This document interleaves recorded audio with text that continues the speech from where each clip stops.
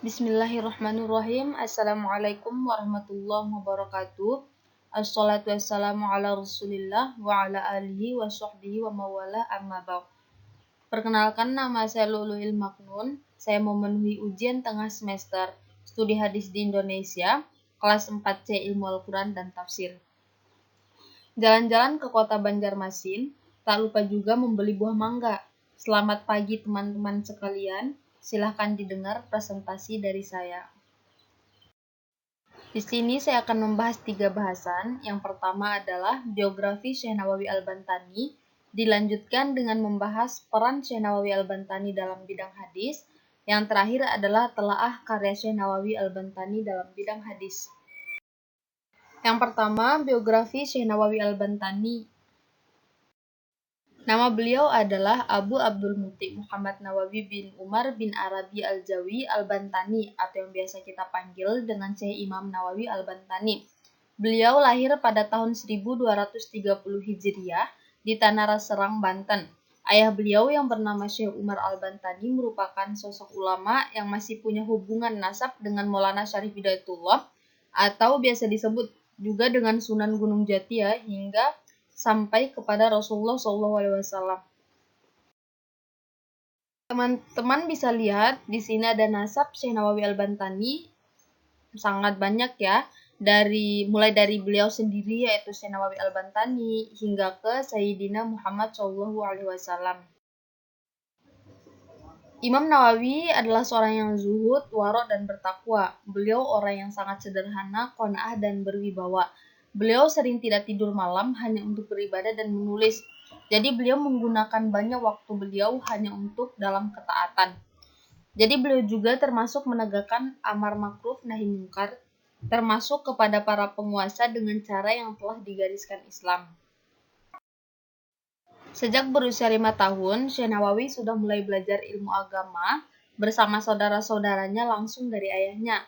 Jadi Syekh Nawawi mempelajari tentang pengetahuan dasar bahasa Arab, fikih, tauhid, Al-Quran, dan tafsir. Pada usia 8 tahun bersama kedua adiknya Tamim dan Ahmad, Syekh Nawawi berguru kepada Kiai Haji Sahal, yaitu salah seorang ulama terkenal di Banten saat itu, kemudian melanjutkan kegiatan menimba ilmu kepada Syekh Bain Yusuf Purwakarta. Di usianya yang belum genap 15 tahun, Syekh Nawawi telah mengajarkan banyak orang, sampai kemudian beliau mencari tempat di pinggir pantai, hanya ingin lebih leluasa mengajar murid-muridnya yang kian hari bertambah sangat banyak. Baru setelah usianya mencapai 15 tahun, Syekh Nawawi menunaikan haji dan kemudian berguru kepada sejumlah ulama masyhur di Mekah saat itu. Jadi setelah 3 tahun bermukim di Mekah, pada tahun 1828 Masehi, Syekh Nawawi akhirnya kembali pulang ke Banten. Jadi ketika sampai ke tanah air, beliau menyaksikan masih banyak sekali praktik-praktik keadilan, kesewenang-wenangan, dan penindasan yang dilakukan pemerintah Hindia Belanda terhadap rakyat. Jadi dengan melihat realita yang begitu zalimnya ya, gelora jiwa beliau pun berkobar. Hingga kemudian beliau berdakwah keliling Banten, mengorbankan perlawanan terhadap penjajah, sampai-sampai dulu pemerintah Belanda ini membatasi gerakannya, misalnya seperti dilarang berkhutbah di masjid-masjid. Hingga akhirnya beliau kembali ke Mekah setelah ada tekanan pengusiran dari Belanda. Jadi ketika beliau kembali ke Mekah, beliau memperdalam ilmu agama kepada guru-gurunya. Hingga jadilah Syekh Nawawi Al-Bantani ini sebagai ulama yang dikenal piawai dalam ilmu agama, terutama ya tentang tauhid, fikih, tafsir, dan tasawuf. Di sini ada banyak sekali teman-teman bisa lihat guru-guru Syekh Nawawi dan murid-murid beliau yang menjadi ulama. Salah satu guru beliau adalah Syekh Umar bin Arabi Al-Bantani, yaitu ayah beliau sendiri. Murid beliau yang menjadi ulama adalah seperti Kiai Haji Hashim Asy'ari Jombang, pendiri Nahdlatul Ulama, dan pendiri Muhammadiyah, yaitu Kiai Haji Ahmad Dahlan. Kecerdasan dan kealiman Syekh Nawawi ini tidak diragukan lagi ya. Ulama asal Mesir, Syekh Umar Abdul Jabbar, dalam kitabnya Beberapa Kajian Masa Lalu dan Masa Kini tentang pendidikan masa kini di Masjidil Haram, beliau menulis bahwa Syekh Nawawi itu orang yang sangat produktif menulis, hingga karyanya mencapai 100 judul lebih yang meliputi berbagai disiplin ilmu. Banyak pula karyanya yang berupa syarah atau komentar terhadap kitab-kitab klasik. Jadi di antara beberapa pemerhati karya Syekh Nawawi tidak ada kesepakatan mengenai jumlah buku yang ditulis oleh beliau. Ada yang mengatakan 80, ada yang mengatakan 100, bahkan ada yang mengatakan 100 lebih. Jadi dari sekian banyak karyanya tersebut yang telah diterbitkan itu sebanyak 38 karya yang diklasifikasikan ke dalam 7 bidang. Seperti yang pertama ada bidang tafsir, bidang hadis, bidang tauhid dan usuluddin, bidang fikih dan usul fikih, bidang tasawuf dan akhlak, bidang sirah, yaitu sejarah kehidupan Nabi SAW, dan yang terakhir bidang nahwu, shorof, dan balaghah. Ini adalah beberapa pendapat para tokoh tentang sosok Syekh Nawawi Al-Bantani ini. Kiai Haji Saifuddin Zuhri, yaitu mantan Menteri Agama Republik Indonesia dan tokoh Nahdlatul Ulama, mengatakan Kiai Nawawi dikenal sebagai seorang ulama dan pengarang yang sangat produktif. Hasil karya beliau kurang lebih ada 100 kitab dalam bidang tauhid, fikih, tafsir, hadis, dan tasawuf. Semua kitab beliau ditulis dengan bahasa Arab.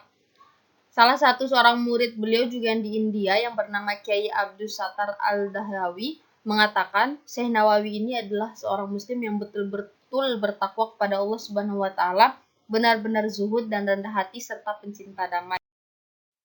Next, pembahasan yang kedua, peran Syekh Nawawi Al-Bantani dalam bidang hadis.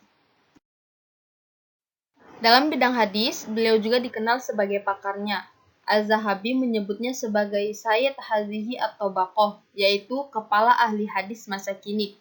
Imam Nawawi mengenal baik hadis-hadis Nabi dan ilmu-ilmunya. Ia paham tingkat kesohihan hadis, kedhaifannya, raijul hadis, ataupun penggalian hukum dari hadis-hadis itu. Yang terakhir adalah telaah karya Syekh Nawawi Al-Bantani dalam bidang hadis.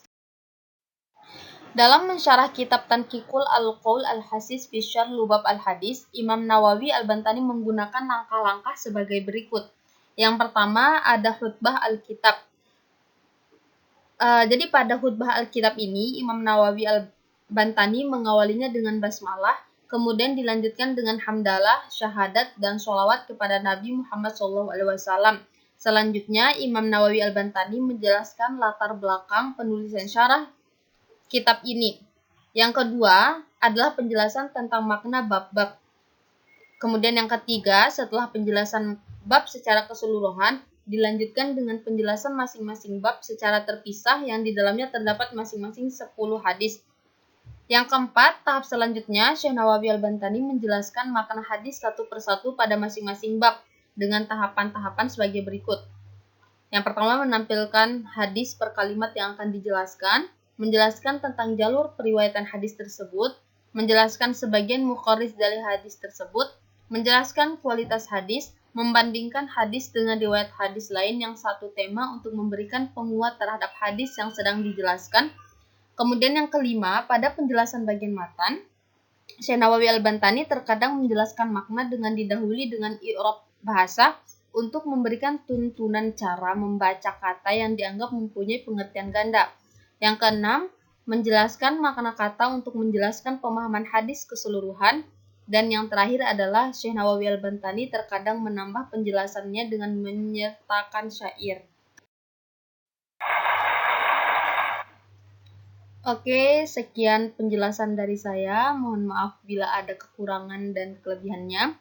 Jika ada yang masih kurang atau butuh penjelasan lebih, bisa langsung email seperti yang tertera di depan teman-teman, atau bisa juga langsung kirim pesan ke Facebook, Instagram, or Twitter. Wabillahi taufiq wal hidayah. Wassalamualaikum warahmatullahi wabarakatuh.